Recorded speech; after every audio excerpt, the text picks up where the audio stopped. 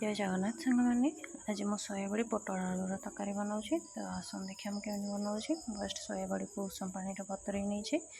पोटल आलू को ये काटिक रखी मसला ये अटा पिज टमाटो नहीं अदा रसुण पेस्ट नहीं। फास्ट मु कड़े किसी तेल देकी से पोटल गुड़िक भल भाव में छाणी नहीं आलू गुड़िक भल भाव में छाणी नहीं बतुरक रखता सोयाबड़ी को मुझे चुपुड़िकिना भल भाव भाजी नहीं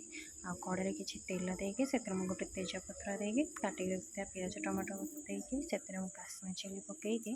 बाटिक रखता मसला को ऐड कर भल भाव कषि नहीं से हलदी लंका गुंड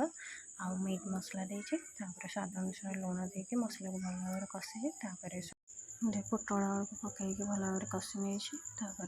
पानी जगह देखिए घोड़े किसी समय सीझे छाड़ी सीझल पर सोयाबड़ी को ऐड कर दीजिए तरकारी मोर रेडी है